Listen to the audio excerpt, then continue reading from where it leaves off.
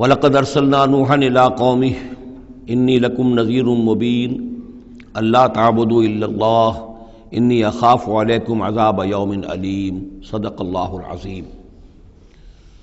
سورہ ہود میں بھی اب جیسا کہ پہلے عرض کیا جا چکا ہے 6 رکوع جو ہیں انباء الرسل پر مشتمل ہیں۔ جیسا کہ اس سے پہلے کئی مرتبہ عرض کر چکا ہوں، یہ 6 رسولوں کے حالات ہیں جو قرآن مجید میں کئی بار آئے ہیں۔ سب سے پہلے حضرت نوح علیہ السلام، پھر حضرت ہود، پھر حضرت صالح، پھر حضرت لوط، پھر حضرت شعیب اور پھر حضرت موسیٰ علیہ السلام۔ تو یہ جو نقشہ آپ کے سامنے اس وقت موجود ہے، اس سے آپ کو اندازہ ہو جائے گا کہ یہ پورا یوں سمجھیے ارض القرآن ہے۔ یہ قرآن مجید میں جن رسولوں کے حالات آئے ہیں وہ سب کے سب جو ہیں وہ اس خطے کے اندر وہ مبعوث کیے گئے۔ یہ داہنی طرف جو ہے وہ جو خلیج فارس ہے، یہ خلیج فارس سیدھا اوپر اگر لکیر چلی جائے گی اور ادھر سے یہ جو بحر قلزم ہے، اس کے جو یہ اوپر جا کے 2 کھاڑیاں بن گئی ہیں، تو وہ جو ہے خلیج عقبہ آخر میں اوپر اس سے لکیر جائے گی۔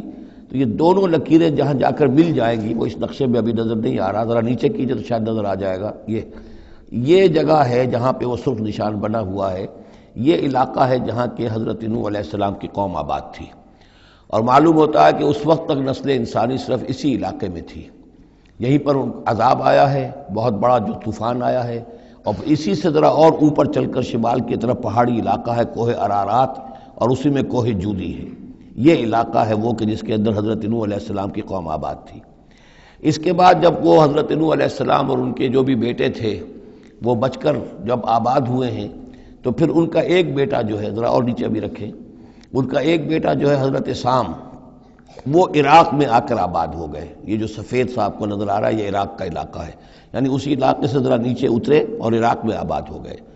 حضرت سام کی نسل میں پھر بہت سی قومیں پیدا ہوئی ہیں، تو انہی میں سے پھر ایک قوم ہے جو نیچے آئی ہے جزیرہ نما عرب کے بالکل جنوب میں، یہ جو علاقہ ہے یہاں پر یہ قوم یہ احقاف کا علاقہ کہلاتا ہے، اور یہاں پر قوم ہود، اس قوم کا نام عاد ہے۔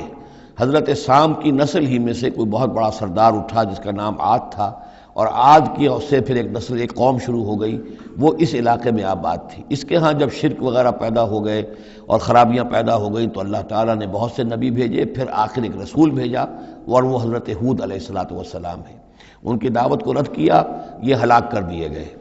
یہاں سے حضرت ہود اپنے ان ساتھیوں کو لے کر نکلے، اور عرب کے تقریباً وہ وسط میں وہ علاقہ ہجر کا علاقہ کہلاتا ہے، اس علاقے میں آ کر آباد ہو گئے۔ یہاں ان کے ہاں ایک بڑی شخصیت ابھری جس کا نام سمود تھا، تو اس سے یہ قوم سمود مشہور ہوئی ہے۔ انہوں نے میدانوں کے اندر محل بنائے، اور ساتھ ہی یہ ہے کہ جو پہاڑی علاقہ ہے بہت سخت گرینائٹ راکس ہیں، ان کو تراش کر ان کے اندر بھی مکان بنائے۔ یہ قوم سمود ہے۔ تو قوم نوح، قوم ہود، قوم سمود، یہ تینوں قومان جو ہیں حضرت ابراہیم علیہ السلام سے پہلے کی ہیں۔ اب پھر لوٹیے عراق کی طرف۔ عراق ہی میں جو قوم باقی رہی انہی میں حضرت ابراہیم علیہ السلام کی بعثت ہوئی ہے۔ لیکن حضرت ابراہیم علیہ السلام کے بارے میں یہ انداز جو انباء الرسل کا ہے وہ قرآن مجید میں کہیں نہیں ہے۔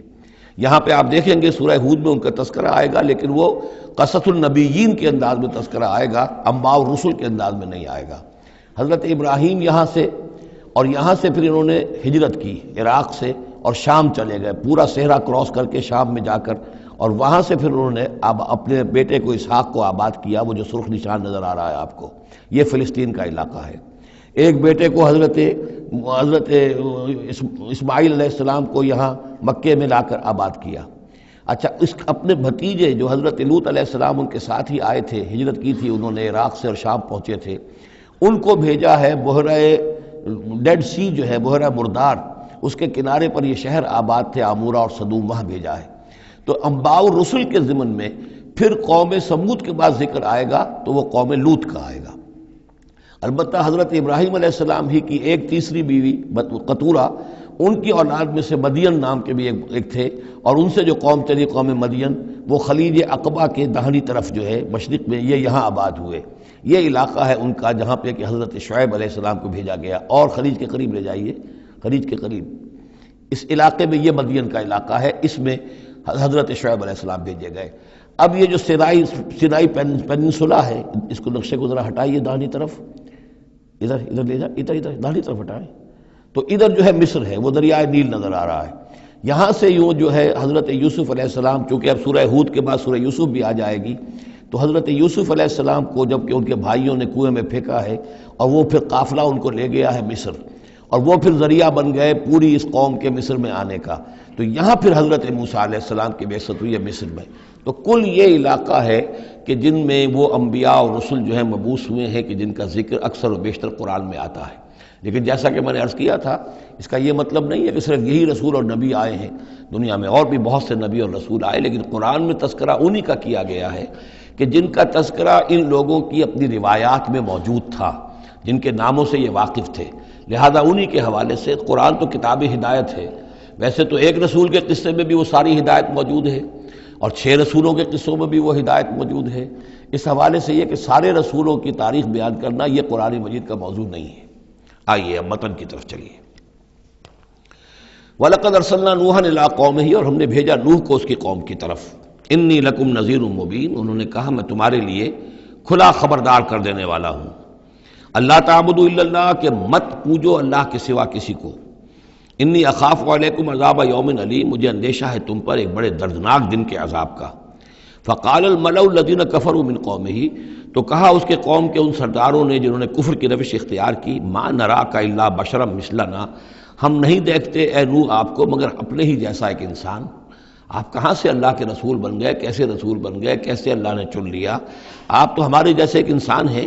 وما نراک اتبعک الا الذین هم اراذلنا بادی الرائے، اور اس سے بھی آگے بڑھ کر ہم نہیں دیکھتے مگر یہ کہ آپ کی پیروی کرنے والے تو وہ لوگ ہیں جو ہماری نگاہوں میں ذلیل ہیں، کمینے ہیں، نچلے طبقے کے لوگ ہیں، گھٹیا لوگ ہیں۔ بادی الرائے، بلا تامل نظر آ رہا ہے کہ صرف کچھ کمی کاری لوگ آپ کے گرد جمع ہو گئے ہیں، کوئی معقول آدمی، کوئی سردار قوم کا کوئی آپ کے گرد آیا ہی نہیں۔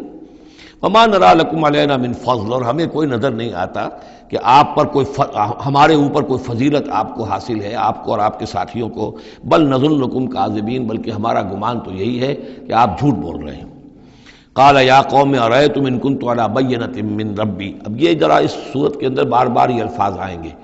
ایک فطرت سلیمہ جو پہلے سے تھی، اس کے بعد اللہ کی طرف سے وحی آ گئی، وہ گویا کہ اس کا شاہد ہے۔ انہوں نے کہا اے میری قوم کے لوگوں ذرا غور کرو، اگر میں پہلے سے بھی اپنے رب کی طرف سے بینہ پر تھا، تم جانتے ہو میں نے زندگی تمہارے مابین گزاری تھی، تم بھی جانتے ہو کہ میں ایک شریف النفس انسان تھا، میرا کردار، میرا اخلاق تمہارے سامنے تھا، میں بینہ پر تھا، میری فطرت مس نہیں ہوئی تھی، سلیم تھی۔ وآتانی رحمۃ من عنده، پھر اللہ نے مجھے رحمت بھی عطا فرما دی اپنے پاس سے، یعنی جو وحی آئی ہے میرے پاس وہ اللہ تعالیٰ کی رحمت ہے۔ فعمیت علیکم، اور وہ چیز وہ ہے کہ جس کو تمہاری آنکھوں سے مخفی رکھا ہے۔ اب میں کیا کروں، فرشتہ میرے پاس تو آتا ہے، وہی میرے پاس آتی ہے، یہ چیز جو ہے میرے تو تجربے میں ہے، مائی پرسنل ایکسپیرینس، لیکن یہ کہ تم سے یہ چھپا رکھی گئی ہے۔ انلزمکموہا وانتم لہا کارہون، بہرحال ہم زبردستی چپکا نہیں سکتے اپنی یہ بات آپ لوگوں کو، اگر آپ کو پسند نہیں ہے، اگر بیزار ہیں تو یہ اختیار ہمارے پاس نہیں ہے کہ ہم زبردستی آپ کو ان باتوں کا قائل کر دیں اور یہ باتیں لازماً آپ پر تھوپ دیں۔ بیا قوم لا اسألکم علیہ مالا، اور میری قوم کے لوگوں دیکھو میں تم سے کوئی اجرت نہیں مانگتا، مال طلب نہیں کرتا، کوئی تاوان تم پر نہیں ڈالا ہے۔ ان اجریہ الا علی اللہ، نہیں ہے میرا اجر مگر اللہ کے ذمے۔ وما انا بطارد الذین آمنوا، اور جن کو تم کہہ رہے ہو یہ گھٹیا لوگ ہیں، کمی کاری لوگ ہیں، کمین لوگ ہیں، میں ان کو اپنے پاس سے دھتکار نہیں سکتا، میں یہاں سے کھدیڑ نہیں سکتا ان کو، میں نہیں ہوں کھدیڑنے والا ان کو اپنے پاس سے۔ انہم ملاقو ربہم، یہ اپنے رب سے ملاقات کریں گے۔ ولیکنی اراکم قوما تجہلون، لیکن میں دیکھتا ہوں کہ تم ضرور جہل میں اور جہالت میں مبتلا ہو گئے ہو۔ ویا قوم من ینصرنی من اللہ ان طردتہم، اور میری قوم کے لوگوں سوچو اگر میں ان اہل ایمان کو اپنے ہاتھ سے ہانک دوں، یہاں سے بھگا دوں، یہاں سے دھتکار دوں، تو کون مدد کرے گا میری اللہ کے مقابلے میں؟ یہ اللہ کے ماننے والے، اللہ کے چاہنے والے، اللہ کا ذکر کرنے والے، اللہ سے دعائیں مانگنے والے، اللہ کے روح انور کے یہ طالب ہیں، اس کی رضا جو ہیں۔ افلا تذکرون، تو کیا تم نصیحت اخذ نہیں کرتے؟ ولا اقول لکم عندی خزائن اللہ، وہی بات جو حضور سے ہم پڑھ چکے ہیں پہلے، اور میں نہیں کہتا تم سے کہ میرے پاس اللہ کے خزانے ہیں، میں نے کب کہا ہے کہ میرا اختیار ہے اللہ کے خزانوں پر؟ ولا اعلم الغیب، نہ میں غیب کا علم رکھتا ہوں، ولا اقول انی ملک، نہ میں یہ کہتا ہوں کہ میں کوئی فرشتہ ہوں، ولا اقول للذین تزدری اعینکم، اور نہ میں یہ کہتا ہوں ان لوگوں کے بارے میں جنہیں تمہاری آنکھیں حقیر دیکھ رہی ہیں، تم حقارت کے ساتھ دیکھ رہے ہو، لن یؤتیہم اللہ خیرا، میں تو نہیں کہہ سکتا کہ اللہ تعالیٰ انہیں کوئی خیر نہیں دے گا، کیا پتہ تم اندازہ بھی نہ کر سکو کیا مقامات بلند اللہ ان کو عطا کرے گا، جنت میں یہ کس طریقے سے اللہ تعالیٰ کے فراح و ریحان و جنت و نعیم سے جو ہے وہ مشرف ہوں گے۔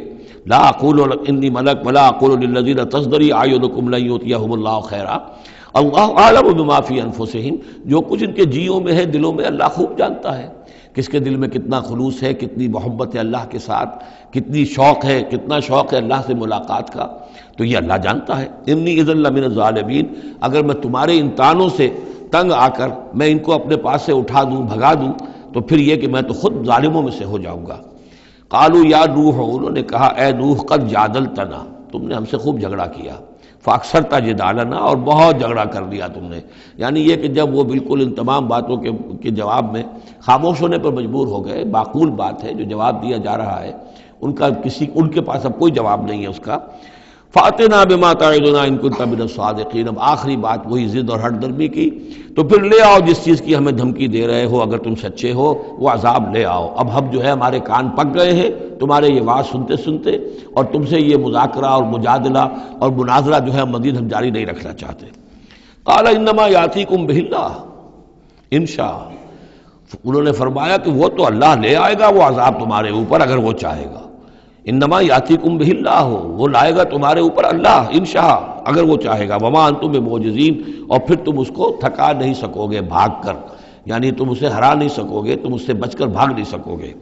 ولا ينفعکم نصحی ان اردت ان انصح لکم، اور میری نصیحت، میرا خلوص، میری خیر خواہی تمہارے حق میں کچھ مفید نہیں ہو سکتی، خواہ میں کتنا ہی تمہارا ناصح ہوں، کتنا ہی تمہارے ساتھ مخلص ہوں، نصیحت کر رہا ہوں، خیر خواہ ہوں، ان کان اللہ یرید ان یغویکم، اگر اللہ ہی فیصلہ کر چکا ہو کہ وہ تمہاری گمراہی کے اوپر اس کی مہر ثبت ہو چکی ہو، اگر اللہ تعالیٰ فیصلہ کر چکا ہے تو میری یہ سارا اخلاص اور خلوص اور دعوت اور نصیحت اور خیر خواہی اس کا کوئی نتیجہ نہیں نکلے گا۔ ہو ربکم، وہ تمہارا رب ہے، وإلیہ ترجعون، اور اسی کی طرف تم لوٹا دیے جاؤ گے۔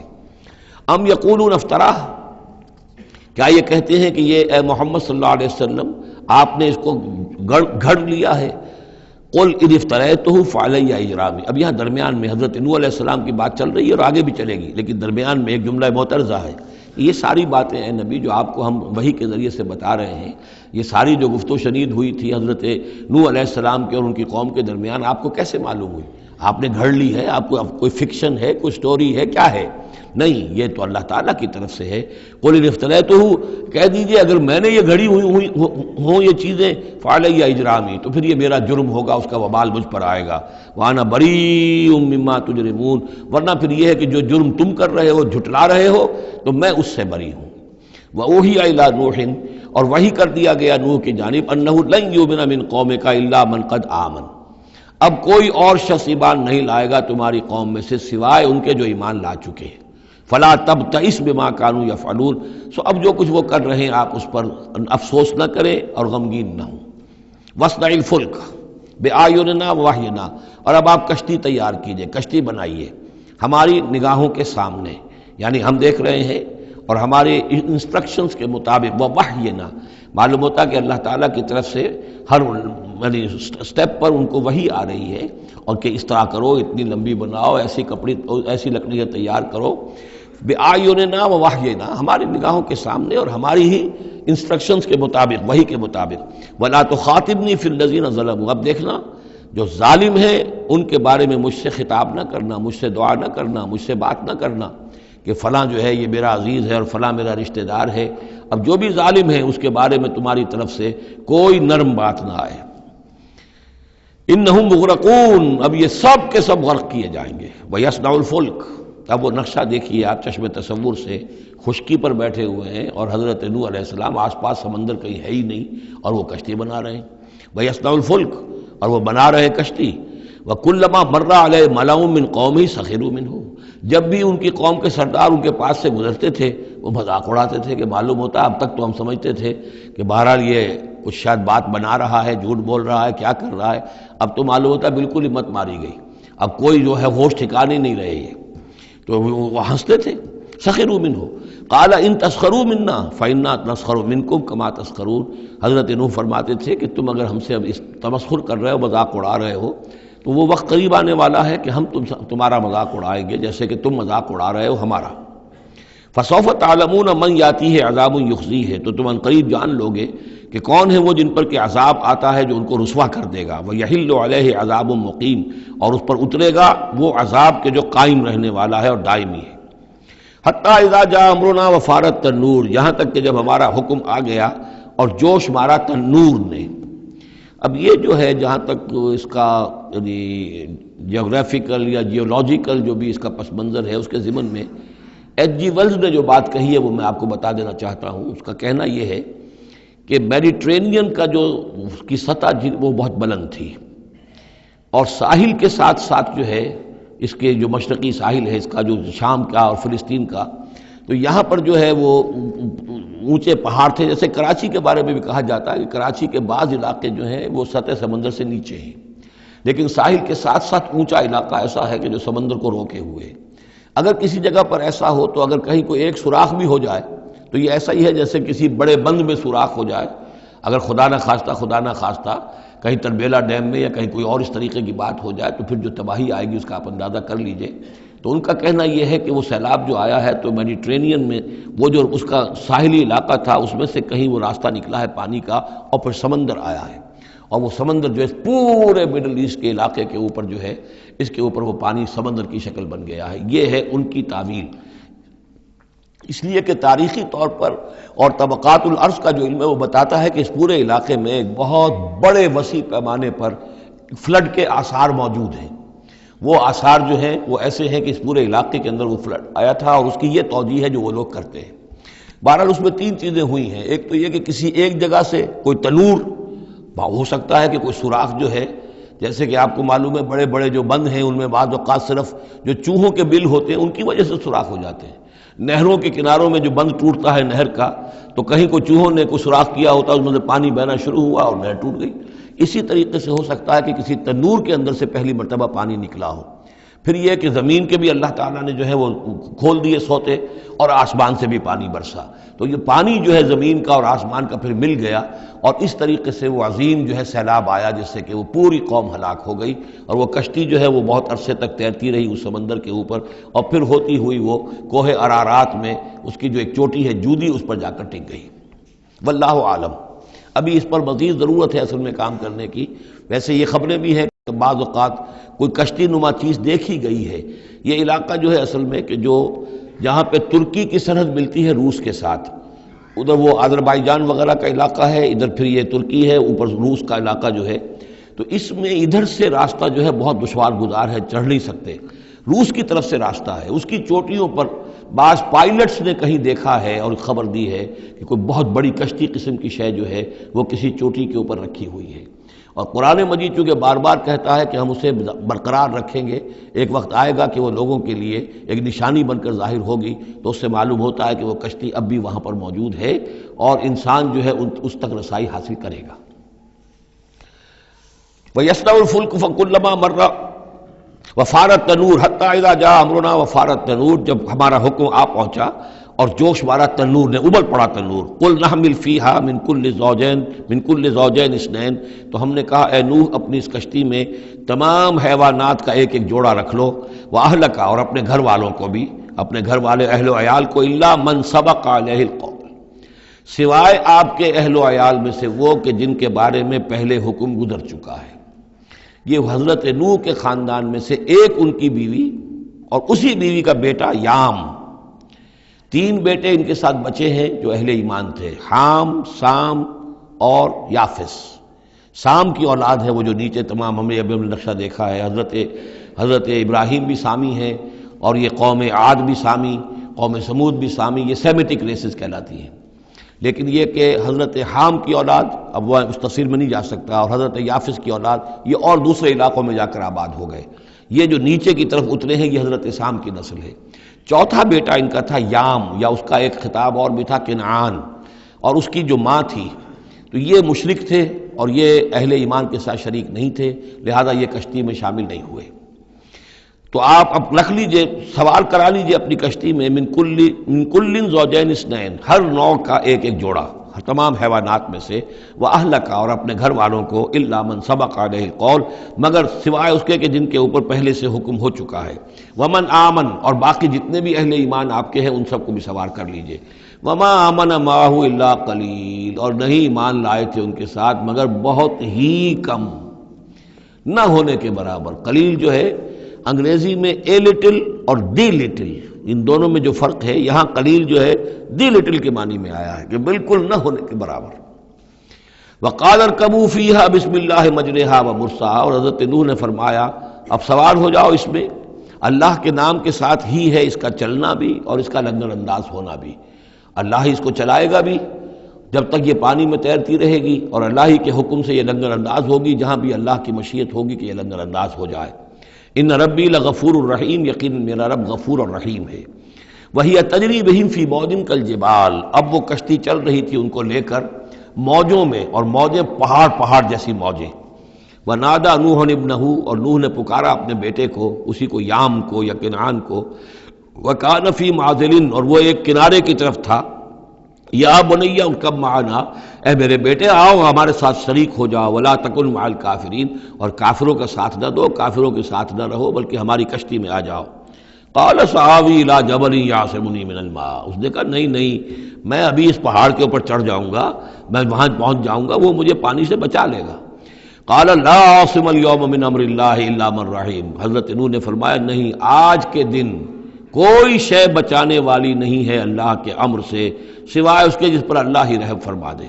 وحال بینہم الموج، اور اسی گفتگو کے دوران ایک بڑی سی موج حائل ہوئی ان کے مابین، فکان من المغرقین، اور وہ بیٹا جو ہے ان کی نگاہوں کے سامنے غرق ہو گیا۔ وقیل یا ارض ابلعی ماءک، اور کہہ دیا گیا اے زمین اپنے پانی کو نگل جا، واپس پانی زمین کے اندر جذب ہو جائے۔ کتنا وقت لگا ہوگا یہ اللہ بہتر جانتا ہے، لیکن یہ آخر کار جو شکل بنی ہے کہ زمین کے اندر پانی جذب ہو گیا جو زمین سے آیا تھا۔ وَيَا سَمَاءُ أَقْلِعِي، اور اے آسمان تو بھی اب تھم جا، جو بھی بارش آنی تھی، جو اس طوفان کے لیے، اس کو بھی اختتام کا حکم ہو گیا۔ وَغِيضَ الْمَاءُ، اور پانی سکھا دیا گیا۔ وَقُضِيَ الْأَمْرُ، اور فیصلہ چکا دیا گیا۔ وَاسْتَوَتْ عَلَى الْجُودِيِّ، اور وہ کشتی جو ہے جودی پہاڑ کے اوپر جا کر رک گئی۔ وقیل بعدا للقوم الظالمین، اور کہہ دیا گیا ہلاکت اور دوری ہے اس قوم کے لیے کہ جو ظالم تھی، یعنی اب اس کا نسیہ منسیہ ہو گئی، اب اس کا نام و نشان موجود نہ رہا۔ ونادى نوح ربہ، اور پکارا نوح نے اپنے رب کو، فقال رب ان ابنی من اہلی، انہوں نے کہا پروردگار میرا بیٹا میرے اہل میں سے تھا، اور تیرا وعدہ تھا میرے اہل کو بچا لے گا۔ وَإِنَّ وعدَكَ الْحَقُّ، اور تیرا وعدہ سچا ہے۔ وَأَنْتَ أَحْكَمُ الْحَاكِمِينَ، اور یقیناً تو تمام حاکموں میں سب سے بڑا اور سب سے منصف اور سب سے عادل حاکم ہے۔ قال یا نوح انہ لیس من اہلک، انہوں نے، اللہ نے جواب دیا ہے نوح وہ تمہارے اہل میں سے نہیں ہے۔ انہ عمل غیر صالح، اس کے اعمال، اس کا کردار، اس کے عقائد، اس کے نظریات غیر صالح ہیں۔ فلا تسألن ما لیس لک بہ علم، تو اب مجھ سے ان چیزوں کے بارے میں سوال نہ کرو جس کے لیے تمہارے پاس کوئی علم نہیں ہے۔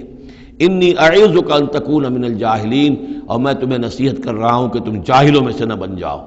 یہاں وہ یاد کر لیجئے سورہ انعام کی آیت 35، اس میں حضور سے کہا گیا تھا فلا تکونن من الجاہلین، میں نے اس وقت بھی نوٹ کرا دیا تھا کہ یہ سخت ترین الفاظ یا حضور سے فرمائے گئے ہیں سورہ انعام میں، اور یہاں پر سورہ ہود میں یہ آئے ہیں حضرت نوح علیہ السلام سے خطاب کرتے ہوئے، انی اعوذک ان تکون من الجاہلین۔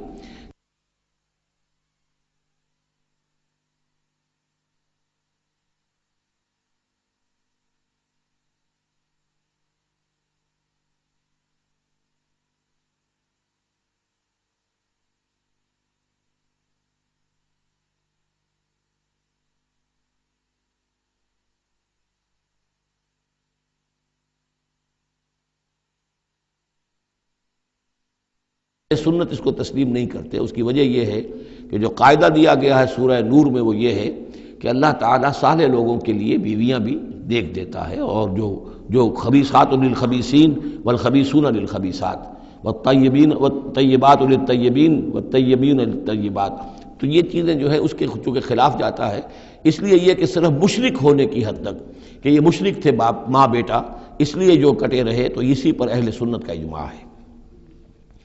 قال رب انی اعوذ بک ان اسألک ما لیس لی بہ علم، حضرت نوح نے عرض کیا پروردگار میں تیری پناہ طلب کرتا ہوں اس سے کہ میں تجھ سے ایسی بات کا سوال کروں جس کے لیے کہ میرے پاس کوئی علم نہیں ہے۔ وَإِلَّا تَغْفِرْ لِي وَتَرْحَمْنِي، اور اگر تو نے مجھے معاف نہ فرما دیا اور رحم نہ فرمایا، اکم من الخاسرین، تو میں تو ہو جاؤں گا خسارہ پانے والوں میں۔ قیل یا نوح اہبط بسلام منا وبرکات علیک، ہم نے کہا نوح اب اترو، اس کشتی سے اترو، بسلام منا، ہماری طرف سے سلامتی کے ساتھ، وبرکات، اور برکتوں کے ساتھ، علیکا، جو تم پر بھی ہوں گی، وعلی امم ممن معک، اور ان امتوں پر بھی ہماری یہ برکات ہوں گی کہ جو ان لوگوں کے ساتھ، جو ان کی نسل سے وجود میں آئیں گی جو تمہارے ساتھ ہیں۔ تو گویا کہ نسل انسانی بعد میں عام خیال یہی ہے کہ حضرت نوح علیہ السلام کے 3 بیٹوں ہی سے چلی ہے، باقی اگر کچھ لوگ تھے بھی ان کے ساتھ تو وہ ایسے تھے کہ جن کی کوئی نسل آگے نہیں چلی ہے، بلکہ یہ دنیا کی جو نسلیں اس وقت دنیا میں ہیں نوع انسانی، وہ یہ حضرت یافس، حضرت حام اور حضرت سام کی نسل ہی سے ہیں۔ یہ خیال ہے، واللہ عالم، یقین کے ساتھ نہیں کہا جا سکتا، ویسے میرا اپنا رجحان بھی اسی طرف ہے۔ حضرت یافس کی اولاد جو ہے وہ یہ جو پہاڑی علاقہ ہے، جیسا کہ ابھی آپ نے نقشے میں دیکھا تھا، اس سے اوپر جو ہے یہ سینٹرل ایشیا کے پہاڑ ہیں، اس پہاڑ کو کراس کیا انہوں نے، اور وہ جو پھر میدانی علاقہ ہے روس کا، اور اس کی طرف سے ہوتے ہوتے وہ سیرائے گوبی سے ہوتے ہوئے چین کا، تو حضرت یافس کی اولاد ادھر پھیل گئی ہے، یورپ سے لے کر اور چائنا تک، یہ سب یافس کی نسل ہے۔ حضرت حام کی اولاد مشرق اور مغرب میں چلی گئی، اسی پہاڑی سلسلے کے دامن میں ہوتی ہوئی، ایک شاخ ان کی ایران ہوتے ہوئے بھارت چلی گئی، انڈیا چلی گئی، سندھ اور ہند، اور ایک شاخ جو ہے سینائی پیننسولا کراس کر کے یہ سوڈان اور مصر چلی گئی۔ یہ ہے حضرت حام کی نسل میں سے۔ یہ عام طور پر جو ہمارے پرانے ماہرین انساب ہیں ان کا کہنا یہ ہے۔ انہی میں سے معلوم ہوتا ہے کہ جو یہ یورپین ہیں، جو کہ انڈو ایرانین جو کہلاتے ہیں ایرینز، تو یہ ایرینز جو ہے یہ سب حضرت حام کی اولاد میں سے معلوم ہوتے ہیں۔ ان میں سے گریکس بھی ہیں، اور ان میں رومنز بھی ہیں، اور ان میں جرمنز بھی ہیں۔ باقی جو ہے نسلیں جو ہیں یہ اینگلو سیکسنز، یہ ہیں حضرت یافسی کے نسل سے، جو اوپر سے جا کر اور یہ اسکینڈینیوین کنٹریز سے ہو کر پھر نیچے اترے ہیں یورپ کی طرف۔ تو یہ جو ناردرنرز کہلاتے ہیں، دی نارڈک ریسز، شمالی اقوام جو ہے، اینگلو سیکسنز ان میں سے ہیں، لیکن جو مشرقی یورپ کی یہ اقوام ہیں، یہ اصل میں یہ بھی آریائی نسل جو ہے حضرت حام کی نسل میں سے، واللہ عالم۔ تو یہاں وہ الفاظ آ گئے تھے، قال یا نوح اہبط بسلام منا وبرکات علیک وعلی امم ممن معک، ان امتوں اور قوموں پر بھی سلامتی اور برکات جو ان میں سے ہوں گی جو تمہارے ساتھ ہیں، تمہارے ساتھ جو اس کشتی میں سوار ہیں۔ وَأُمَمٌ سَنُمَتِّعُهُمْ، اور کچھ اور قومیں بھی ہوں گی، فرقے ہوں گے جنہیں ہم کچھ سامان دیں گے دنیا کا، ثُمَّ يَمَسُّهُم مِّنَّا عَذَابٌ أَلِيمٌ، اور پھر ان کے اوپر ہماری طرف سے ایک بڑا زبردست عذاب آئے گا، جیسے کہ پھر قوم ہود پر اور قوم صالح پر آیا ہے۔ تِلْكَ مِنْ أَنْبَاءِ الْغَيْبِ نُوحِيهَا إِلَيْكَ، یہ غیب کی خبروں میں سے ہے جو وحی کر رہے ہیں ہم آپ کی جانب، اے محمد صلی اللہ علیہ وسلم۔ وَمَا كُنْتَ تَعْلَمُهَا أَنْتَ وَلَا قَوْمُكَ، اور نہیں جانتے تھے آپ ان کو، نہ آپ نہ آپ کی قوم ان سے واقف تھی، من قبل هذا، اس سے پہلے، فاصبر، تو اے نبی صبر کیجئے، ان العاقبۃ للمتقین، یقیناً آخری انجام جو ہے وہ بھلا ہوگا اہل تقوی ہی کا۔ وَإِلَىٰ عَادٍ أَخَاهُمْ هُودًا، یہ سام کی نسل کی ایک شاخ جو نیچے اتری ہے اور یہ پہنچ گئی ہے جزیرہ نمائے عرب کے تقریباً جو ساؤدرن ڈیزرٹ ہے جو آج کا، اس کے اندر، اور عاد کی قوم کی طرف ہم نے بھیجا اخاہم ہودا، ان کے بھائی ہود کو، قال یا قوم اعبدوا اللہ ما لکم من الہ غیرہ ان انتم الا مفترون، انہوں نے کہا میری قوم کے لوگوں تمہارا کوئی الہ اللہ کے سوا نہیں ہے، اور یہ باقی تم نے نام گھڑ لیے ہیں، کوئی اور معبود نہیں ہے، کسی کی حقیقت نہیں ہے۔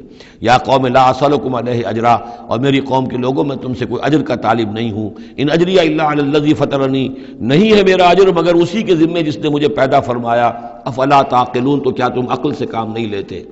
وَيَا قَوْمِ اسْتَغْفِرُوا رَبَّكُمْ، اور میری قوم کے لوگوں اللہ سے استغفار کرو، اپنے گناہوں کی معافی چاہو، توبہ کرو، اس شرک کو اور بت پرستی کو چھوڑو، ثم توبوا الیہ، پھر اس کی جناب میں رجوع کرو، یرسل السماء علیکم مدرارا، وہ آسمان سے تم پر چھاجوں پانی برسائے گا، ویزدکم قوۃ الی قوتکم، اور تمہاری جو قوت اس نے عطا کی ہوئی ہے اس میں اور قوت کا اضافہ فرمائے گا، ولا تتولوا مجرمین، لیکن یہ کہ روگردانی نہ کرو مجرموں کی طرح اور مجرم بن کر۔ قالوا یا ہود ما جئتنا ببینہ، انہوں نے کہا کہ اے ہود دیکھو تم کوئی ہمارے پاس سند لے کر نہیں آئے، کوئی معجزہ لے کر نہیں آئے، وما نحن بتارکی آلہتنا عن قولک، اور ہم نہیں ہیں اپنے معبودوں کو چھوڑنے والے صرف تمہارے کہنے سے، وما نحن لک بمؤمنین، اور ہم نہیں ہیں تمہاری بات ماننے والے، ان نقول الا اعتراک بعض آلہتنا بسوء، ہم تو یہی کہتے ہیں، اس کے سوا اور کچھ نہیں ہمارا خیال، کہ ہمارے بعض معبودوں کی جو تم نے کوئی گستاخی کی ہے، ان کی نفی کی ہے، تو ان کی طرف سے تمہیں کوئی تکلیف پہنچ گئی ہے، یعنی تمہارا دماغی توازن ٹھیک نہیں رہا ہے، کوئی آسیب تمہیں ہو گیا ہے، تم پر پھٹکار پڑی ہے ہمارے بعض معبودوں کی۔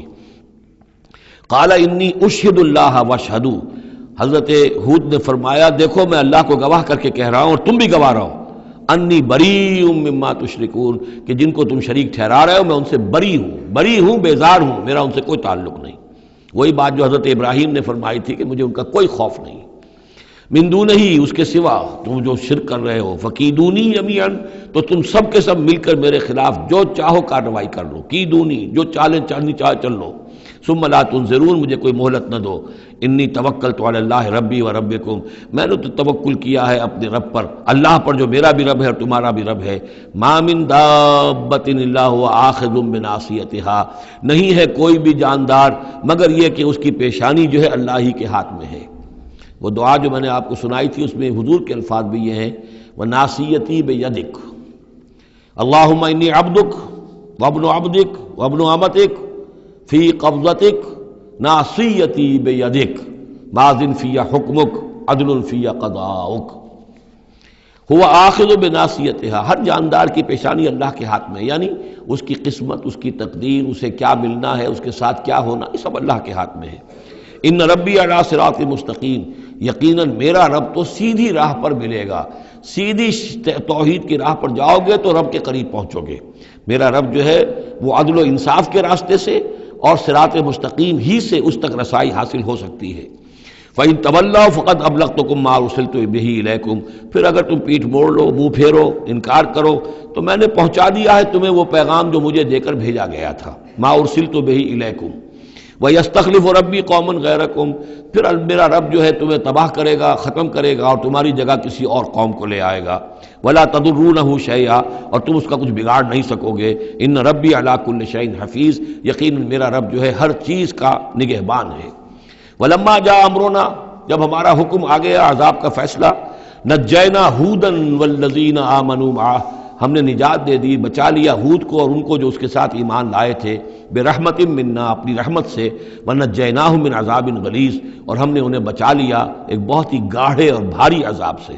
وتلک عاد جحدوا بآیات ربہم، یہ تھے عاد، یہ تھی قوم، بڑی زبردست قوم، انہوں نے انکار کیا اپنے رب کی آیات کا، وعصوا رسلہ، اور انہوں نے نافرمانی کی اپنے رسولوں کی۔ یہ رسولوں سے مراد کیا ہے؟ اصل میں انبیاء تو آتے رہتے ہیں، آخر میں پھر رسول آتا ہے، چھوٹے چھوٹے، جس طریقے سے کہ اللہ تعالیٰ کی طرف سے سمجھانے کے لیے ان کے معلمین کی حیثیت سے، تو وہاں پہ ان کو بھی رسول کہہ دیا گیا۔ جیسا کہ میں نے کہا تھا قرآن مجید میں یہ الفاظ ایک دوسرے کی جگہ آ جاتے ہیں۔ وَاتَّبَعُوا أَمْرَ كُلِّ جَبَّارٍ عَنِيدٍ، انہوں نے رسولوں کی تو نافرمانی کی اور پیروی کی ان کے حکم کی جو سرکش تھے اور مخالف تھے۔ وَأُتْبِعُوا فِي هَذِهِ الدُّنْيَا لَعْنَةً، اور ان کے پیچھے لگا دی گئی اس دنیا میں بھی لعنت، وَيَوْمَ الْقِيَامَةِ، اور قیامت کے دن کے لیے بھی۔ أَلَا إِنَّ عَادًا كَفَرُوا رَبَّهُمْ، آگاہ ہو جاؤ قوم عاد نے اپنے رب کا کفر کیا تھا۔ أَلَا بُعْدًا لِعَادٍ قوم ہود، سن لو پھٹکار ہے عاد پر جو قوم ہود تھی، جس کی طرف حضرت ہود علیہ السلام کو بھیجا گیا۔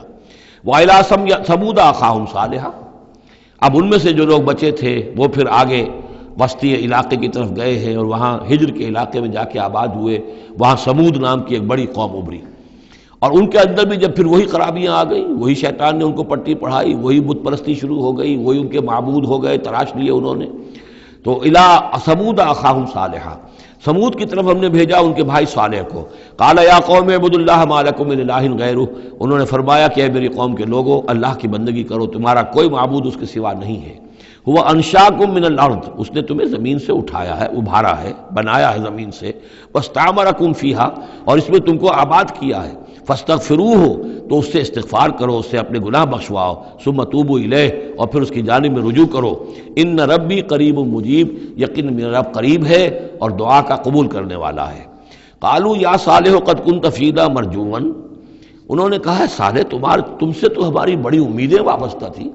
ظاہر بات ہے کہ ایک شخص جو ہے جس کو اللہ چنتا تھا اپنے اخلاق میں، سمجھ میں، فہم میں، فطانت میں وہ ممتاز ہوتے تھے، تو ہم سمجھتے تھے تم آباء و اجداد کا نام روشن کرو گے. یہ تم نے کیا کیا؟ تم نے تو کہنا شروع کر دیا کہ آباء و اجداد کے جو طریقے ہیں یہ غلط ہیں، ان کا دین غلط ہے، ان کے عقیدے غلط ہیں، ان کے معبود جن کو ہمارے آباء و اجداد پوجتے آئے ان کی کوئی حقیقت نہیں. ہم توقع کرتے تھے کہ تم قوم کا نام روشن کرو گے، تم آباء و اجداد کے لیے عزت کا اور ان کے لیے مزید جو ہے دنیا کے اندر ان کے ناموری کا سبب ذریعہ بنو گے.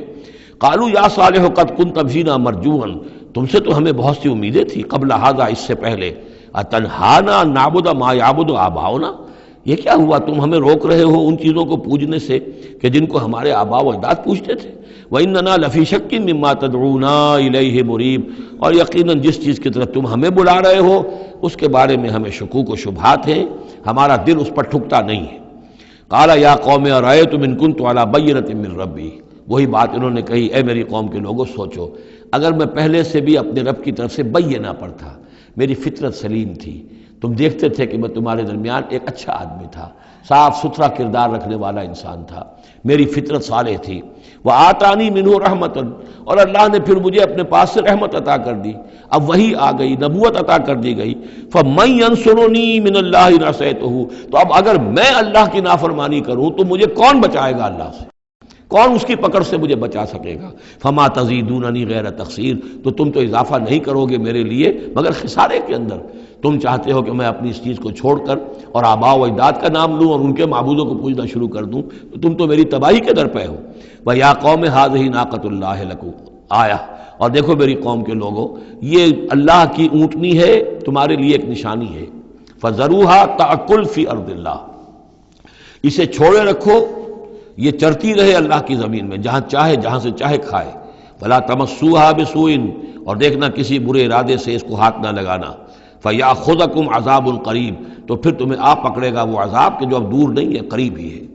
فَعَقَرُوهَا، تو انہوں نے اس کی کونچیں کاٹ ڈالی، اس کو ہلاک کر دیا. فَقَالَ تَمَتَّعُوا فِي دَارِكُمْ ثَلَاثَةَ أَيَّامٍ، حضرت صالح نے فرمایا کہ اچھا ٹھیک ہے، اب تم اپنے گھروں کے اندر جو بھی کھانا پینا ہے، رچنا بسنا ہے، تین دن تک رہ لو اور بس لو. ذالک وعد غیر مکذوب، یہ وہ وعدہ ہے کہ جو جھوٹا ثابت نہیں ہوگا. فلما جاء امرنا، تو جب ہمارا وہ فیصلہ آ گیا، ہماری بات آ گئی، ہمارا حکم پہنچ گیا، نجینا صالحا والذین آمنوا معہ، ہم نے نجات دی صالح کو بھی اور ان لوگوں کو جو ان کے ساتھ ایمان لائے تھے، برحمت منا، اپنی خاص رحمت سے، ومن خزی یومئذ، اور اس دن کی رسوائی سے اللہ ہم نے انہیں بچا لیا. ان ربک هو القوی العزیز، یقیناً آپ کا پروردگار زور والا ہے، زبردست ہے. وَأَخَذَ الَّذِينَ ظَلَمُوا الصَّيْحَةُ، اور ان ظالموں کو، مشرکوں کو، کافروں کو پکڑ لیا ایک ہولناک آواز نے، ایک چنگھاڑ آئی. فَأَصْبَحُوا فِي دِيَارِهِمْ جَاثِمِينَ، تو وہ اپنے گھروں کے اندر اوندھے پڑے رہ گئے. كَأَن لَّمْ يَغْنَوْا فِيهَا، ایسے ہو گئے جیسے کبھی یہاں آباد تھے ہی نہیں، کبھی یہاں کوئی رہتا تھا ہی نہیں. أَلَا إِنَّ ثَمُودَ كَفَرُوا رَبَّهُمْ، آگاہ ہو جاؤ، سمود نے اپنے رب کا کفر کیا. الا بعدا لثمود، آگاہ ہو جاؤ، پھٹکار ہے سمود پر. وَلَقَدْ جَاءَتْ رُسُلُنَا بِإِبْرَاهِيمَ بِالْبُشْرَىٰ، اب یہاں حضرت ابراہیم کا ذکر آ رہا ہے. میں نے کہا تھا کہ 3 رسول پری ابراہمک، نوح، ہود، صالح. 3 رسول کو ہم کہہ سکتے ہیں پوسٹ ابراہمک، اگرچہ ان میں سے ایک جو ہیں وہ ہم عصر ہیں.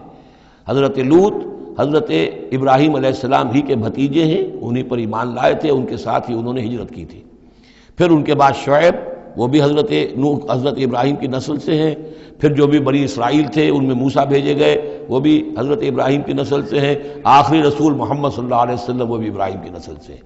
لیکن یہ کہ ان میں سے 3 کا ذکر کرنے کے بعد اب ابراہیم کا ذکر ہو رہا ہے. یہاں سورہ انعام میں وہاں جو پہلا جوڑا تھا حضرت ابراہیم کا ذکر، وہ اس انباء الرسل میں سے بالکل نکال کر لے گئے تھے اور وہ قصص النبیین کے انداز میں سورہ انعام میں آ گیا تھا۔ یہاں اس جوڑے میں فرق یہ ہے کہ حضرت ابراہیم کا ذکر بھی یہاں شامل کر دیا گیا، لیکن فرق وہی ہے، یہ وہ انباء الرسل کا نہیں، حضرت نوح، حضرت ہود، حضرت صالح، حضرت لوط، حضرت شعیب کے انداز میں ذکر نہیں ہے، بلکہ ایک انداز ہے کہ حضرت لوط علیہ السلام جن شہروں کی طرف بھیجے گئے تھے اور اس کی وہاں پہ بسنے والوں نے ان کی بات ماننے سے انکار کیا، تو جو عذاب الہی لے کر جو فرشتے آئے تھے جنہیں بھیجا گیا تھا، وہ پہلے آئے حضرت ابراہیم کے ہاں، اور وہاں حضرت اسحاق کی ولادت کی انہوں نے خوشخبری دی حضرت سارہ کو۔ بس یہ ایک واقعہ بیان کیا درمیان میں، ورنہ اصل مسئلہ جو ہے وہ حضرت لوط کا شروع ہوگا۔ انباء الرسل کے اعتبار سے جو معاملہ ہے وہ حضرت لوط کا واقعہ ہے۔ وَلَقَدْ جَاءَتْ رُسُلُنَا إِبْرَاهِيمَ بِالْبُشْرَىٰ، اور ہمارے فرشتادے، ہمارے ایلچی، فرشتے ہمارے بھیجے ہوئے آئے ابراہیم کے پاس بشارت دینے کے لیے۔ قالوا سلاما، انہوں نے آ کر کہا سلام۔ قال سلام، حضرت ابراہیم نے بھی سلام کا جواب سلام سے دیا۔ فما لبث ان جاء بعجل حنیذ، تو پھر ذرا بھی دیر نہ کی، فوراً گئے اور ایک تلا ہوا بچڑا ان کی ضیافت کے لیے لا کر سامنے رکھ دیا۔ فلما رأى أيديهم لا تصل إليه، تو جب انہوں نے دیکھا کہ ان کا تو ہاتھ آگے بڑھ ہی نہیں رہا، اس بچڑے کا گوشت کھانے کے لیے آمادہ ہی نہیں ہے، نکرہم، تو اب وہ کچھ کھٹکے دل میں کہ یہ ہیں کون۔ اس زمانے میں رواج یہ ہوتا تھا کہ دشمن جب آتے تھے کسی کو قتل کرنے کے لیے تو اس کا نمک نہیں چکھتے تھے، نمک خوار ہو جائیں گے تو پھر کیسے قتل کریں گے۔ تو ایک تو اندیشہ یہ ہوا کہ یہ کسی برے ارادے سے آئے ہیں جو میری یہ ضیافت قبول نہیں کر رہے۔ نکرہم واوجس منہم خیفہ، اور ان کے دل میں، حضرت ابراہیم کے دل میں ان کی طرف سے ایک خوف پیدا ہو گیا۔ قالوا لا تخف، انہوں نے کہا نہیں آپ ڈریے نہیں، انا ارسلنا الی قوم لوط، اصل میں تو اللہ کے ہم فرشتے ہیں، بھیجے گئے ہیں قوم لوط کی طرف، اب وہ آخری فیصلہ اس کا جو ہے وہ ہمیں چکانا ہے۔ وامرأتہ قائمۃ فضحکت، ادھر کہیں حضرت سارہ بھی پیچھے کہیں کھڑی ہوئی ہوں گی پردے کے پیچھے، وہ اس پر ہنس پڑی۔ مطلب یہ کہ حضرت ابراہیم کی جو حالت انہوں نے دیکھی کہ میرا شوہر خوفزدہ ہو گیا تھا، تو اس کے اوپر کچھ ان کا معاملہ ہوا، فضحکت، وہ ہنسی۔ فبشرناہا باسحاق، تو ہم نے انہیں بشارت دی اسحاق کی، یعنی فرشتوں نے ان کو بشارت دی اسحاق کی۔ حضرت اسماعیل کی ولادت ہو چکی ہے، لیکن حضرت اسماعیل کو تو حضرت ابراہیم جا کر چھوڑ آئے ہیں اور وہ تو مکے میں آباد ہے۔ حضرت سارہ کی اولاد ہوئی نہیں تھی، اصل جو خاندانی بیوی تھی ان کی وہ تو حضرت سارہ تھی۔ حضرت ہاجرہ جو ہیں وہ تو بادشاہ مصر نے ان کی خدمت میں ان کو پیش کیا تھا، اسی لیے ان کو لونڈی بھی کہہ دیتے ہیں، یہ حالانکہ وہ شہزادی تھی، وہ بادشاہ کے ہاں شاہی خاندان کی خاتون تھی ہاجرہ سلام علیہا، لیکن یہ کہ یہ یہودی کہتے ہیں کہ وہ تو لونڈی تھی، کنیز تھی۔ تو چونکہ اولاد نہیں ہوئی تھی حضرت سارہ کے ہاں، تو حضرت سارہ ہی نے کہہ کر پھر حضرت ابراہیم سے کہا تھا کہ آپ تعلق قائم کریں ہاجرہ سے، شاید اللہ تعالیٰ آپ کو ہاجرہ سے اولاد دے دے۔ لیکن جب وہ اولاد ہو گئی حضرت اسماعیل، تو پھر وہ جو عورت کی ایک فطرت ہے اور مزاج ہے، تو ان کے لیے کھلنے لگی یہ بات کہ مجھے اللہ نے اولاد نہیں دی۔ اب ظاہر بات ہے کہ حضرت ابراہیم کی توجہ زیادہ ہو گئی ہوگی حضرت ہاجرہ کی طرف، اپنے بیٹے کی طرف، تو پھر وہ ذریعہ بن گیا کہ انہوں نے کہا کہ انہیں چھوڑ کر آؤ، اور اللہ کے حکم سے حضرت ابراہیم نے حضرت ہاجرہ کو اور حضرت اسماعیل کو وہاں بیت اللہ کے پاس، یا بیت اللہ جہاں بعد میں تعمیر ہونا تھا اس کی صرف بنیادیں اس وقت تھیں لیکن کوئی نشان اور نہیں تھا، وہاں چھوڑ دیا۔ اب یہاں جو ہے اولاد ہو رہی ہے، ان کی بشارت دی جا رہی ہے، تو حضرت اسحاق چھوٹے ہیں حضرت اسماعیل سے۔ فضحکت فبشرناہا باسحاق ومن وراء اسحاق یعقوب، اور یہ بھی کہا کہ پھر اسحاق کے بعد اسحاق کے ہاں ایک بیٹا ہوگا یعقوب، وہ بہت ہی ہمارے ہاں اس کا درجہ بہت بلند ہوگا، یعنی بیٹے کی بشارت پھر پوتے کی بشارت۔ قالت یا ویلتا آلد وانا عجوز وہذا بالی شیخا، انہوں نے کہا ہائے میری خرابی، کیا اب میں جنوں گی جبکہ میں ہو چکی ہوں نہایت بوڑھی، اور میرا یہ شیخ جو ہے، میرا یہ جو شوہر ہے یہ بھی شیخ ہے، یہ بھی ضعیف ہے، بوڑھا ہو چکا ہے۔ ان ھذا لشیء عجیب، یہ تو بڑی عجیب بات جو آپ بتا رہے ہیں، یہ خوشخبری مجھے دے رہے ہیں اس بڑھاپے کی عمر میں کہ میرے ہاں بیٹا ہوگا۔ قالوا اتعجبین من امر اللہ، ان فرشتوں نے کہا کہ کیا آپ تعجب کرتی ہیں اللہ کے معاملے میں؟ اللہ کا فیصلہ ہے، اللہ جیسے چاہے پیدا کرے، ہم اللہ کی طرف سے خوشخبری دے رہے ہیں، اپنی طرف سے نہیں دے رہے۔ رحمت اللہ وبرکاتہ علیکم اہل البیت، اے نبی کے گھر والوں تم پر اللہ کی رحمت ہو، اس کی برکتیں ہوں۔ اب یہاں اہل البیت کو سمجھ لیجئے کس کے لیے ہے؟ حضرت سارہ کے لیے ہے۔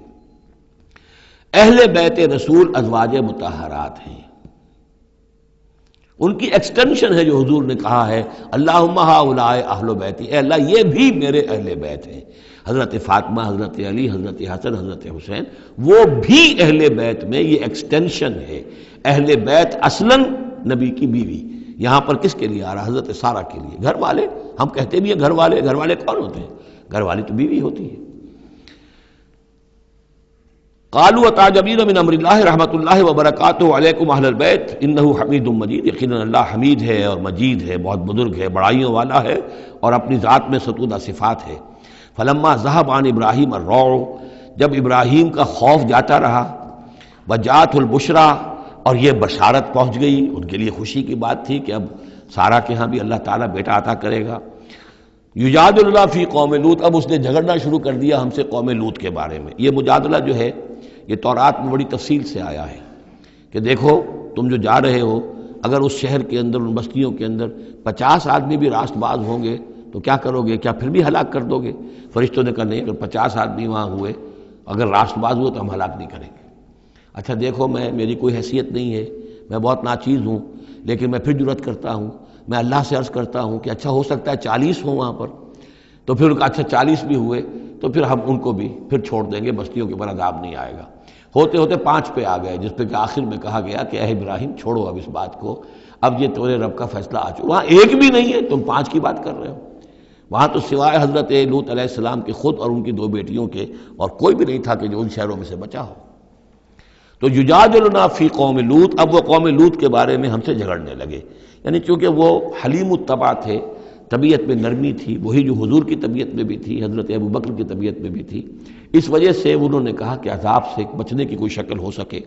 ان ابراہیم لحلیم اواہ منیب، 3 الفاظ جمع کر دیے گئے۔ یقیناً ابراہیم بہت ہی حلیم بھی تھا، بہت ہی نرم دل تھا، اور بہت ہی اللہ کی جناب میں رجوع کرنے والا تھا۔ یا ابراہیم عارض عن ھذا، تو اب کہا گیا ان سے کہ ابراہیم اب چھوڑیے، اب اس بات سے آپ ذرا قطع تعلق کیجئے۔ انہ قد جاء امر ربک، یہ تو اب آپ کے رب کا فیصلہ آ چکا ہے۔ وانہم آتیہم عذاب غیر مردود، اب ان پر وہ عذاب آ کر ہی رہے گا جسے لوٹایا نہیں جا سکے گا۔ ولما جاءت رسلنا لوطا سیء بہم وضاق بہم ذرعا، تو جب آئے ہمارے یہ فرشتادے بھیجے ہوئے، ہمارے یہ پیغامبر، یہ فرشتے لوط کے پاس، سیء بہم، کہ وہاں پر یہ بھیجے گئے تھے بہت خوبصورت لڑکوں کی شکل میں، اور ان کے ہاں جو تھا معاملہ، آپ کو معلوم ہے کہ جو عبرت پرستی ان کے ہاں تھی اور جو سوڈمی تھی، تو یہ لڑکے خوبصورت آ گئے تو اس قوم کے لیے، تو ان کے لیے جشن ہو گیا کہ ہمارے لیے شکار آ گئے ہیں بہت اچھے، لوط کے ہاں بڑے عمدہ شکار پہنچے ہیں، لہذا وہ سب غول کے غول اب آ رہے ہیں، حضرت لوط علیہ السلام کے گھر پر چڑھائی کر رہے ہیں۔ تو جب ہمارے یہ فرشتادہ، ہمارے یہ جو نوجوان لڑکوں کی شکل میں جن کو بھیجا گیا تھا فرشتوں کو، وہ جب پہنچے حضرت لوط کے پاس، سیء بہم، وہ ان کو دیکھ کر بہت غمگین ہوا کہ یہ بڑا میرے لیے، وضاق بہم ذرعا، ان کا دل بڑا تنگ ہوا، وقال ھذا یوم عصیب، اور انہوں نے کہا یہ تو میرے لیے بڑا سختی کا دن آ گیا ہے، میرے پاس اتنی طاقت نہیں ہے کہ میں ان بدبختوں کا مقابلہ کر سکوں، اپنے ان مہمانوں کو ان کی دستبرد سے میں بچا سکوں۔ اور وہ لوگ جو ہیں جانتے تھے جس قسم کی خبیث ان کی تباہی ہو چکی تھی کہ وہ کسی اپیل اور کسی دلیل سے بعد آنے والے نہیں ہیں، تو اس سے ان کے دل کے اندر جو ہے وہ ایک عجیب کیفیت پیدا ہوئی۔ سیء بہم وضاق بہم ذرعا وقال ھذا یوم عصیب وجاءہ قومہ یہرعون الیہ، اور اب آئی اس کی قوم اس کے پاس والہانہ دوڑتی ہوئی، بڑے خوشی سے ناچتے ہوئے آ رہے ہیں کہ آج تو ہمارے لیے جو ہے وہ بہت ہی عمدہ شکار پہنچ گیا ہے۔ وَمِن قَبْلُ كَانُوا يَعْمَلُونَ السَّيِّئَاتِ، اور وہ پہلے ہی سے ان گندے کاموں کے اندر ملوث تھے۔ قَالَ يَا قَوْمِ هَؤُلَاءِ بَنَاتِي هُنَّ أَطْهَرُ لَكُمْ، حضرت لوط نے فرمایا کہ دیکھو میری قوم کے لوگوں، میری بیٹیاں موجود ہیں، وہ تمہارے لیے بہت پاکیزہ ہیں۔ اس کے 2 معنی کیے گئے، ایک تو یہ کہ بیٹیوں سے مراد ہے کہ جو تمہاری بیویاں ہیں وہ میری بیٹیوں کے مانند ہیں۔ نبی جو ہوتا ہے وہ گویا کہ قوم کے لیے والد کی جگہ ہے، جیسے کہ قرآن مجید میں وَأَزْوَاجُهُ أُمَّهَاتُهُمْ، حضور کی تمام ازواج جو ہیں وہ پوری امت کے لیے ماؤں کے درجے میں ہیں، تو گویا کہ یہ میری بیٹیاں ہیں، اللہ نے تمہارے لیے ان کو پیدا کیا ہے، تمہارے لیے جوڑا بنایا ہے، وہ پاک جو ہے تمہارے لیے راستہ اپنی شہوت کی کے تقاضے کو پورا کرنے کے لیے صحیح راستہ اس کو چھوڑ کر، اور یہ بھی ہو سکتا ہے کہ انہوں نے اپنی بیٹیوں ہی کو پیش کیا ہو کہ تمہیں اگر کرنا ہی ہے تو نکاح کر لو، میں اپنی بیٹیاں تمہیں نکاح میں دینے کو تیار ہوں، لیکن میرے جو یہ مہمان ہیں ان کے بارے میں مجھے رسوا نہ کرو۔ قال یا قوم ہؤلاء بناتی ہن اطہر لکم فاتقوا اللہ ولا تخزون فی ضیفی، تو اللہ کا خوف کرو اور دیکھو مجھے میرے مہمانوں کے معاملے میں رسوا مت کرو۔ الیس منکم رجل رشید، کیا تم میں کوئی ایک آدمی بھی شریف اور کوئی ایک آدمی بھی نیک چلن نہیں رہا؟ یعنی کوئی تو تم میں سے ایسا نکل آتا جو میرا ساتھ دیتا، جو میری ہاں میں ہاں ملاتا۔ تم میں تو معلوم ہوتا ہے کہ کوئی ایک شخص بھی شریف النفس باقی نہیں رہا۔ قالوا لقد علمت ما لنا فی بناتک من حق، انہوں نے کہا کہ اے لوط تمہیں خوب معلوم ہے تمہاری بیٹیوں پر ہمارا کوئی حق نہیں ہے۔ اس سے معلوم ہوتا ہے وہ دوسری ہی بات ہی زیادہ راجح ہے۔ وَإِنَّكَ لَتَعْلَمُ مَا تُرِيدُ مَا نُرِيدُ، اور تم خوب جانتے ہو جو ہم چاہتے ہیں، یعنی باتیں مت بناؤ، ہماری توجہ جو ہے ادھر ادھر لے جانے کی کوشش نہ کرو، تم جانتے ہو ہم جو چاہتے ہیں، جس کے لیے ہم حاضر ہوئے ہیں، جس کے لیے ہم پہنچے ہیں۔ قَالَ لَوْ أَنَّ لِي بِكُمْ قُوَّةً، انہوں نے کہا کاش کہ میرے پاس تمہارے مقابلے کے لیے کوئی طاقت ہوتی، او آوی الی رکن شدید، یا میں کوئی قلعہ ایسا ہوتا جس میں مضبوط میں جا کر پناہ لے لیتا اور تم سے اپنے آپ کو اور اپنے مہمانوں کو بچا لیتا۔ یہاں ہے اصل میں حضور صلی اللہ علیہ وسلم کی ایک حدیث میں الفاظ آئے ہیں، یرحم اللہ لوطا لقد کان یاوی الی رکن شدید، اللہ تعالیٰ رحم فرمائے لوط پر، وہ ایک مضبوط قلعے میں تھے، اللہ تعالیٰ کی حفاظت تو انہیں حاصل تھی، لیکن یہ کہ اس وقت جو صورت بن گئی تھی ان کے لیے، جیسے جب جادوگروں نے جو اپنے انچھر پھینکے تھے اور وہ بھی بن گئے تھے فرعون کے دربار میں، وہ بھی شکل اختیار کر لی تھی انہوں نے سانپوں کی، تو حضرت موسیٰ پر بھی وقتی طور پر خوف طاری ہو گیا تھا۔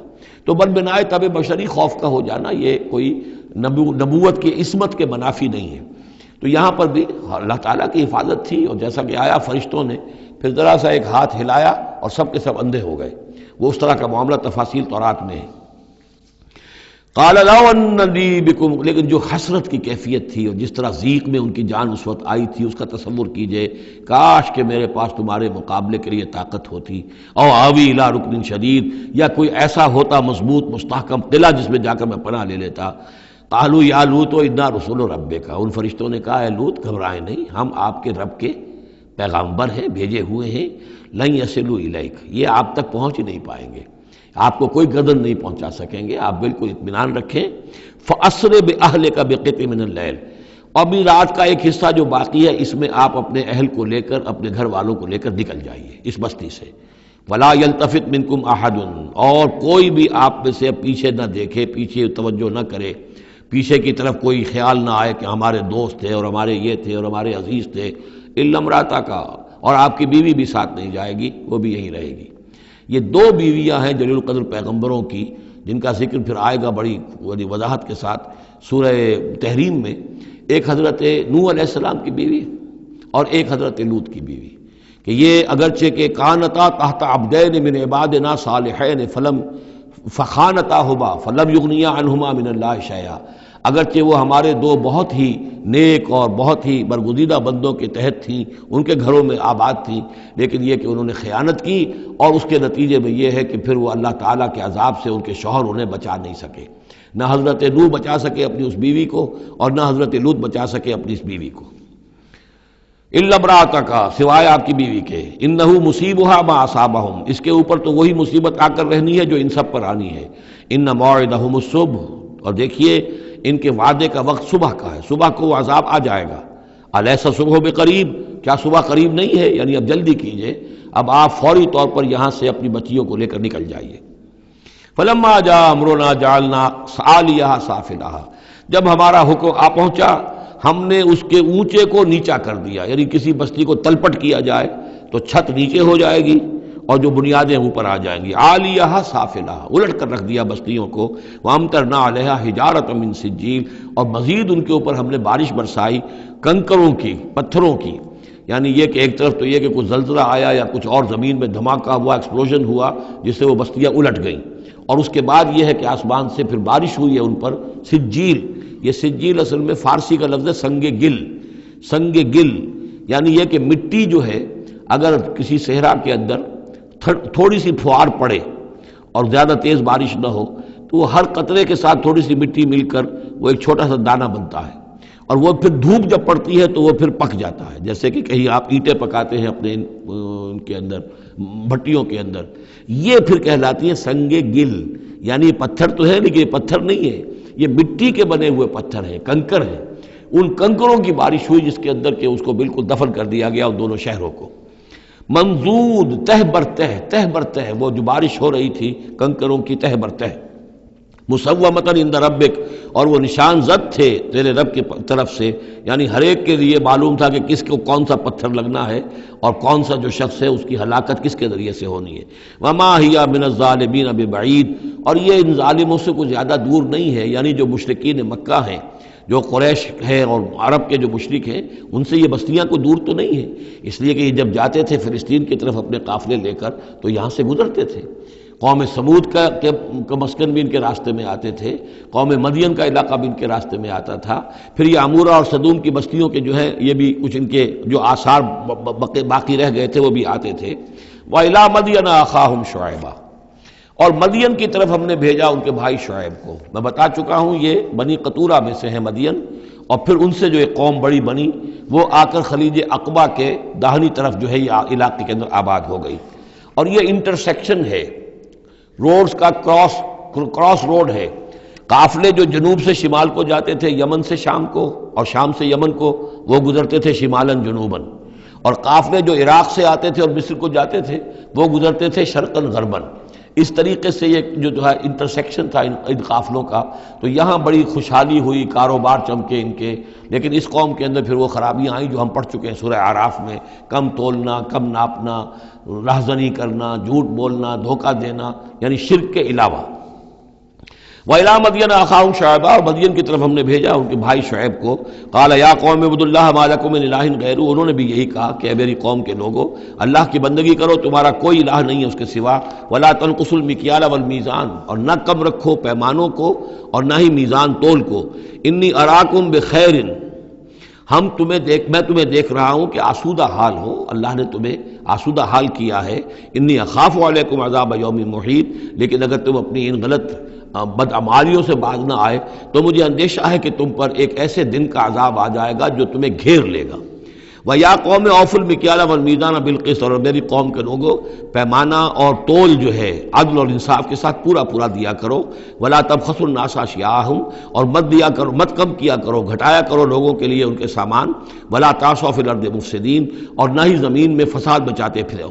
بقیت اللہ خیر لکم، جو بھی اللہ کی طرف سے بچت ہو جائے، صحیح تولو، صحیح ناپو، پھر جو بچ جائے تو گویا کہ وہ اللہ تعالیٰ کی طرف سے تمہیں ایک نفع ہے جو اللہ نے دیا ہے، تو جو بھی صحیح تجارت کرتے ہوئے بچت ہو جائے، نفع ہو جائے، وہ بقیت اللہ ہے۔ بقیت اللہ خیر لکم ان کنتم مؤمنین، اگر تم مومن ہو، اگر مانتے ہو میری بات کو، ماننے والے ہو تو وہ تمہارے لیے بہتر ہے۔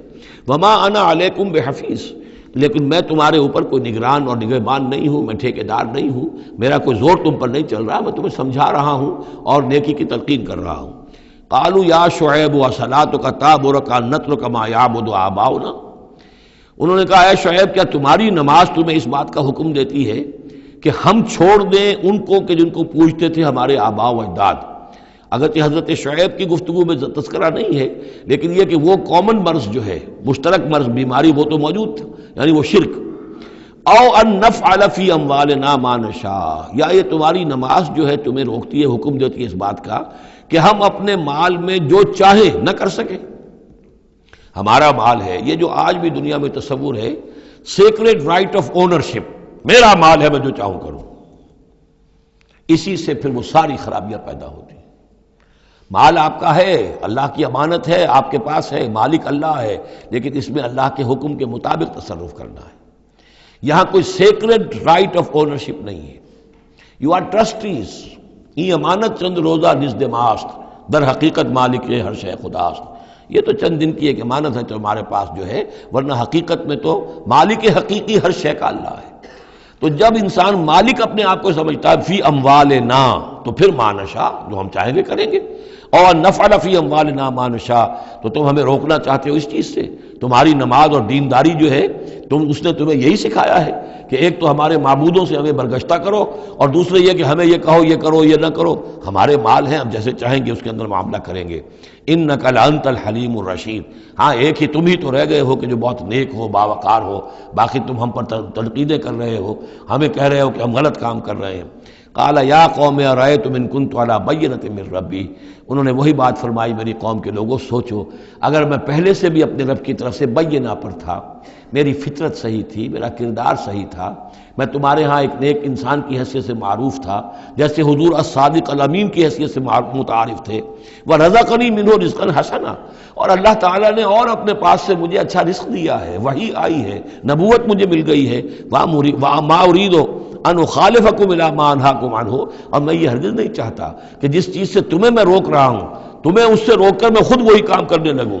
ان اريد الا الاصلاح، میں نہیں چاہتا سوائے اصلاح کے، مستطاعت ہو، جتنا بھی میرے امکان میں ہو، وما توفیقی الا باللہ، اور میری توفیق تو ہے تو اللہ ہی کی طرف سے ہے، جو بھی میرے اندر ہمت ہے، جو بھی استقامت ہے، اور جو بھی مجھ سے کام بن رہا ہے وہ اللہ کی طرف سے ہے۔ علیہ توکلت، تو میں نے اسی پر توکل کیا ہے، وإلیہ انیب، اور اسی کی طرف میرا رجوع کرنا ہے۔ بارک اللہ لی ولکم فی القرآن العظیم ونفعنی وإیاکم بالآیات والذکر الحکیم۔